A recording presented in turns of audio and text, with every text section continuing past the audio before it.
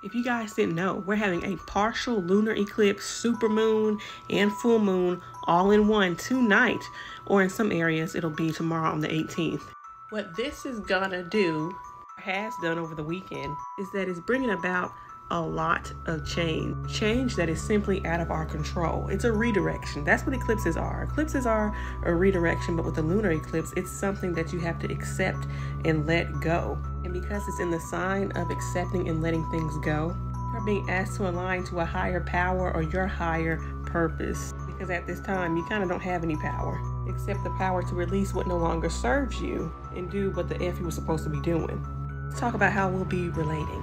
We have Venus in Libra, which is opposing Chiron in Aries at the 22nd degree, the kill or be killed degree. And basically the way that I read this is that we're assessing exactly what pains us in our relationship, what pain we may cause to others. And although we want to have better and bigger and more lovable relationships, because it is an opposition, we still have these cases where we're blaming everybody else except for our own.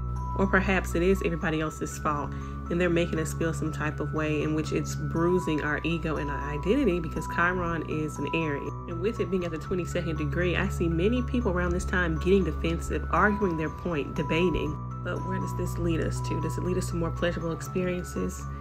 I don't know. And then we have Mercury in Virgo, which is at its exalted point, and it's opposing Saturn in Pisces. So again, we're going to be feeling a little bit insecure, because Mercury opposing Saturn means that we're doubting ourselves, our thinking processes, the way in which we communicate.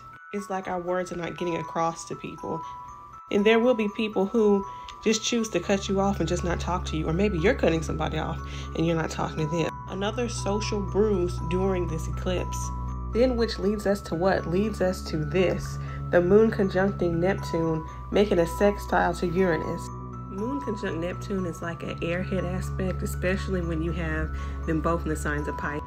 You're very idealistic, very dreamy, sometimes very, very confused about the world around you or the home around you. But when it's making a sextile to Uranus, that means that you are gaining your independence by fulfilling your own spiritual path or your more creative path. So even though these social contacts and communications are in the dumps right now, it's for a reason, and that reason is to find your higher voice, your higher calling, and to exercise your individuality that can align you to your higher purpose.